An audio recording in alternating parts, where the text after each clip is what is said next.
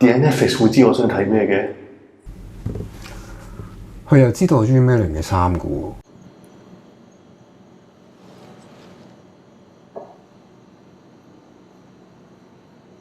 點解呢啲 photo editing app 都關 machine learning 事嘅？ AI is probably the most important thing humanity has ever worked on.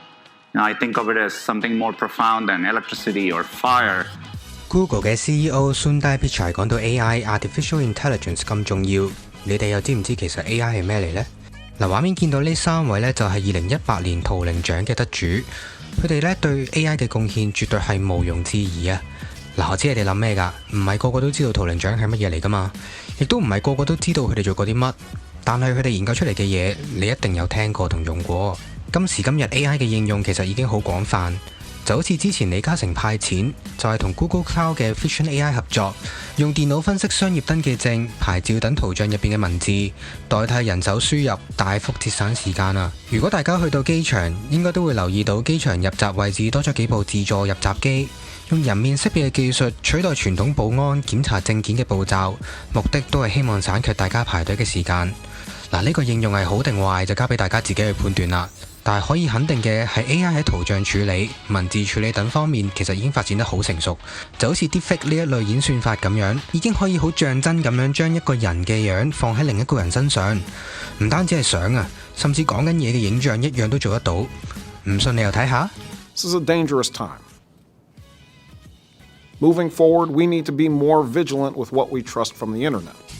當然啦，我哋同 Terminator 嗰種 Super Intelligence， 甚至同人類一樣 level 可以思考唔同領域嘅 Artificial General Intelligence 都仲有少少距離。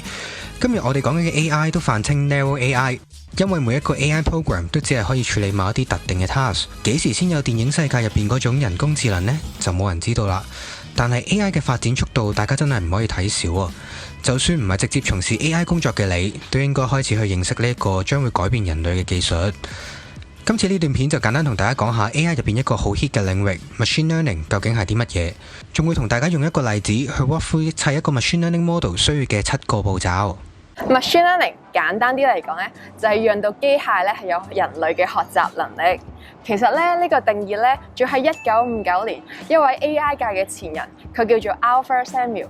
咁佢就話到咯，如果我哋人類咧係唔需要好 explicitly 咁樣去寫一啲 coding 咧，去教個 machine 點樣做一個 forecast 嘅話咧，同埋佢可以自己運用一啲大量嘅數據去自己做一啲 forecast 或者做一啲估算咧，咁呢樣嘢咧就係 machine learning 啦。其實 machine learning 咧係主要分咗3大類嘅，第一種 supervised learning， 第二種 unsupervised learning， 第三種就係 reinforcement learning。咁頭2種咧都係比較常用嘅。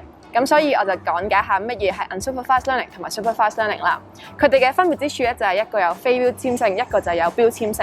咁第一講咗 supervised learning 先啦。我而家揀一個好簡單嘅例子，假設你而家有個 BB， 你要教佢分水果、蘋果、橙同埋香蕉喎。咁你會點教佢咧？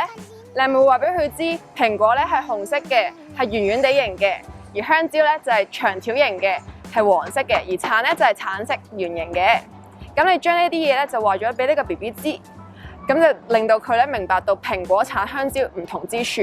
咁咧當有一個新嘅蘋果出現嘅時候咧，佢就可以好清楚咁樣話俾你知，呢個咧就係蘋果啦。咁而相反啦 ，unsupervised learning 咧係一啲非標籤性嘅嘢。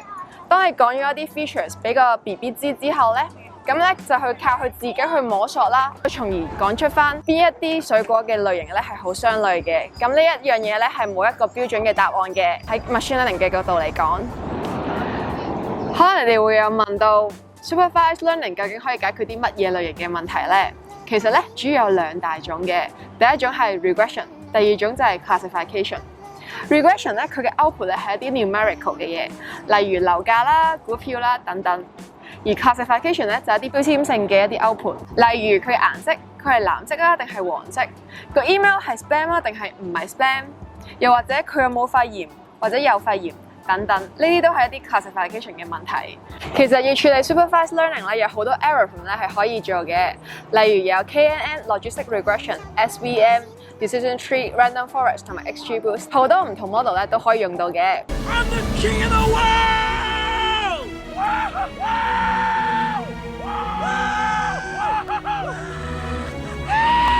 聽完 Claire 解釋乜嘢係 machine learning， 大家嘅心情係咪都係咁激動？好想即刻打開部電腦再寫個 program 預測下股票啊之類嘅嘢去發大達呢？冷靜啲先，知道 machine learning 嘅定義唔等於識得點用 machine learning 去做預測噶嘛。嗱，今日咧就用呢個每個 machine learning 新手都聽過玩過嘅 Titanic Data 去做一個例子，同大家講解下 train 一個 machine learning model 需要嘅7個步驟啦。做呢7個步驟之前，最重要呢就係知道自己解決緊啲咩問題。雖然今次就唔會同大家詳細講解呢一部分，但係呢一步都可以話係最重要嘅一步啊！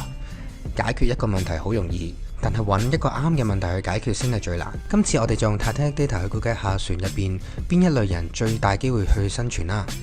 第一步就係搜集數據啦。搜集數據都有好多唔同嘅方法，例如可以做問卷搜集啦、Cloud sourcing 啦，或者係揾一啲 open data 同埋做 web scraping 等等。Cargo 就提供咗 Titanic 呢個 dataset， 入邊有齊晒一啲乘客嘅性別啊、年齡啊、佢張船飛幾錢等等嘅資料。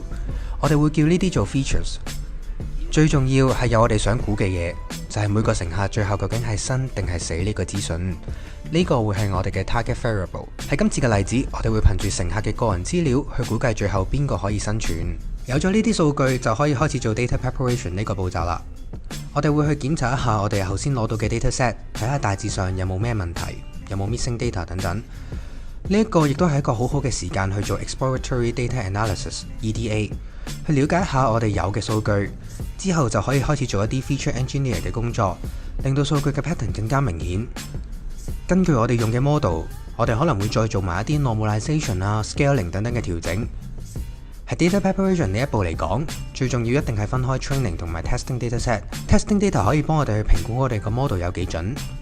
嗱，我哋就唔會想用 train model 嘅 data 去做 evaluation 嘅，因為我哋個 model 其實可以記晒所有 pattern 噶嘛。就好似我哋唔會用 mock exam 嘅題目去做考試題目咁樣。通常我哋都會用大部分嘅 data 去 train model， 然後再攞大約 20% 嘅 data 去做 validation。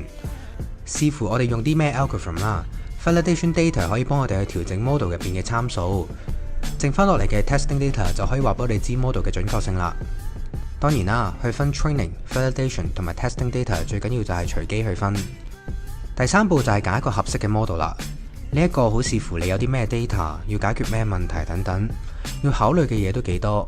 最後其實都係睇經驗嘅，又或者真係揀唔落手嘅話，就可以好似我咁交俾 Claire 去揀啦。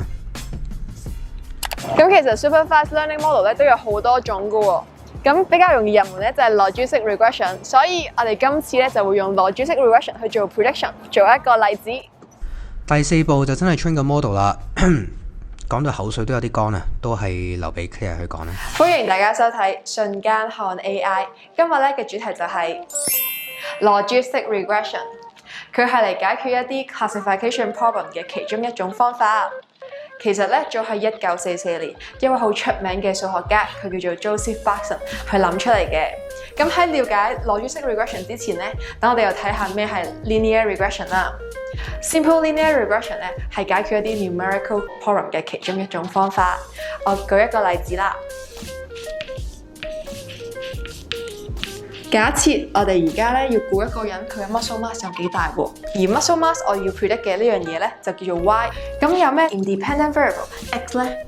你就會諗到可能佢嘅 age 啦，個 gender 係咩啦，男定女啦，佢嘅 weight 係幾多啦。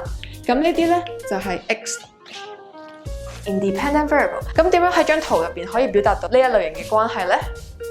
咁我就假設我就攞咗 age 做一個 example 啦。咁 age 同 y。muscle mass 中間嘅分別咧係點咧？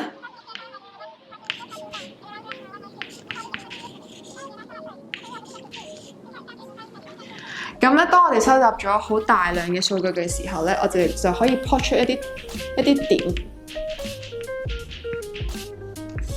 呢一條線咧就係 regression line 啦。咁點與線中間個 difference 咧，佢有個名咧就叫做 error。我哋咧就係盡量要揾一條線啦，去減低點與線之間嘅 error。咁但係咧 simple linear regression 咧就係解決到一啲 numerical 嘅問題。所以咧你睇到呢個 graph 咧，佢見到係條線咧係完全唔 fit 嘅。如果對於一啲 classification problem 嚟講，所以咧嗰位數學家佢就諗出咗一個方法啦，就係一個叫做 sigmoid function。Sigmoid function 咧嘅作用咧就係做一個 transformation 嘅，咁咧佢條 equation 咧就係咁樣嘅。當中咧佢係涉及到一啲 probability 嘅一啲 concept 喺入邊 odds。咁當你做完一個 sigmoid function transform 咗個 equation 之後咧，你就可以見到一條 logistic regression 啦。logistic regression 特別之處咧就係佢有條好似 S 咁樣嘅 curve 啦，可以好明確咁樣分出1同埋0，做出一個 classification 嘅分類。咁我哋做分類嘅時候咧，我哋都會 set 一個叫做 threshold。好多情況之下咧，我哋都會 set 做0.5嘅。咁呢一樣嘢係有咩用嘅咧？就係去將佢分成1同埋0嗰一條界線。咁假設我喺呢個點，呢個點咧，佢係低過0.5嘅喎，咁我就會將佢 classify 做0啦。咁如果當點係大過0.5嘅時候咧，我就將會 classify 做1啦。咁呢一樣嘢咧就係 logistic regression 入邊嘅分類啦。出完個 model 之後就可以做 evaluation 啦。視乎我哋解決緊邊一類嘅問題，我哋就會用唔同嘅方法去判斷 model 嘅準確性。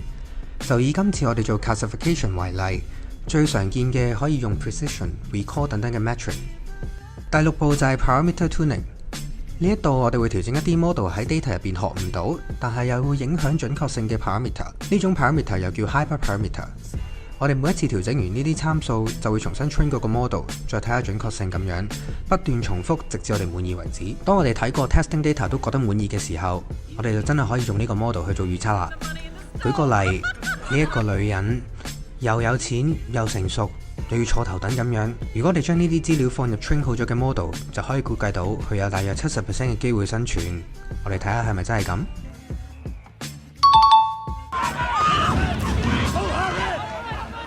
睇埋呢個乘客啦，單身男人又冇乜錢，唔使 model， 大家都知佢嘅命運係點樣啦。即刻入去啲資料落去個 model 睇下先。個 model 話有23% 機會生存喎。